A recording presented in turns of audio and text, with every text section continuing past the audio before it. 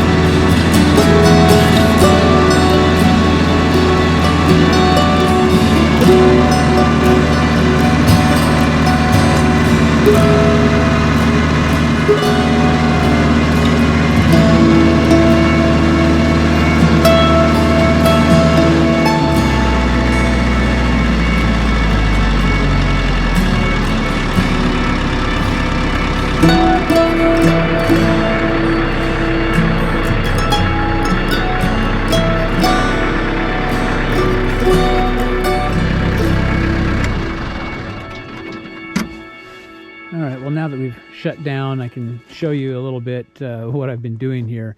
This snow berm, you know, it was pretty big. That distance, like from where that log is to over here, is about call it 25 or 30 feet. And that snow berm, when I started yesterday on it, was, I mean, you couldn't see the log from where I'm standing. So it's definitely come down quite a ways. And we've moved quite a bit of snow out of this space.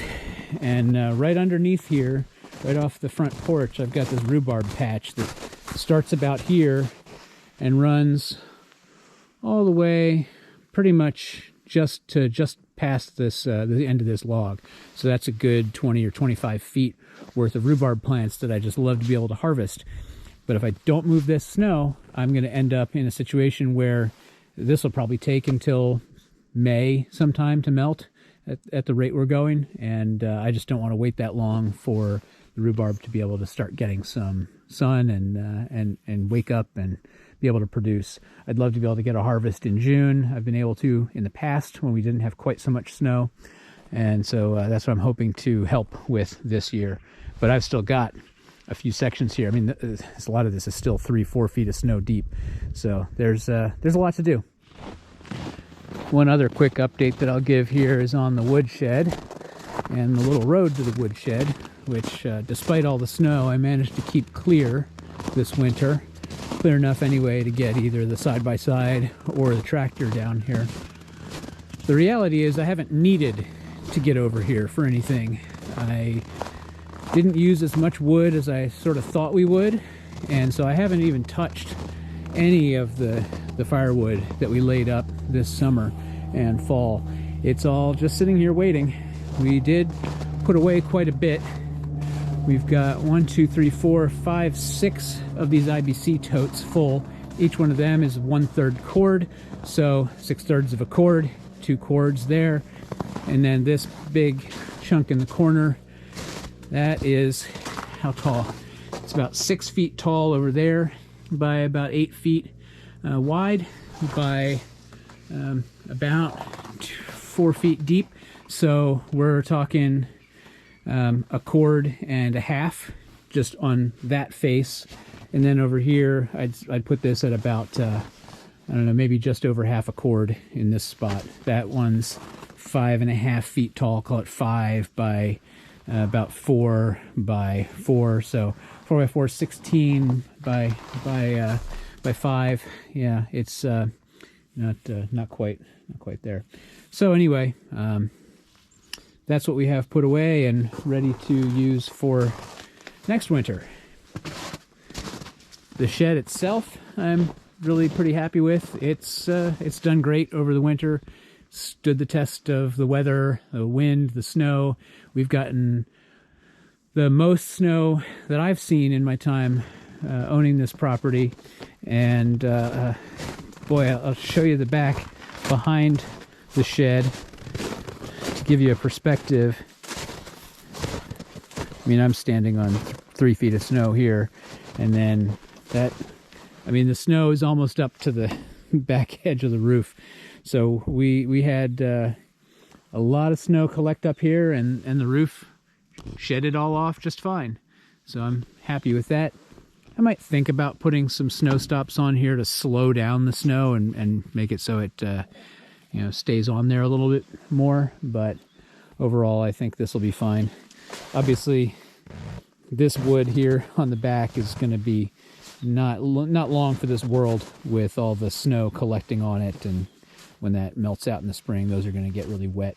So this slab wood won't last too long as siding, but that's okay. When you have a sawmill, slab wood is a renewable resource.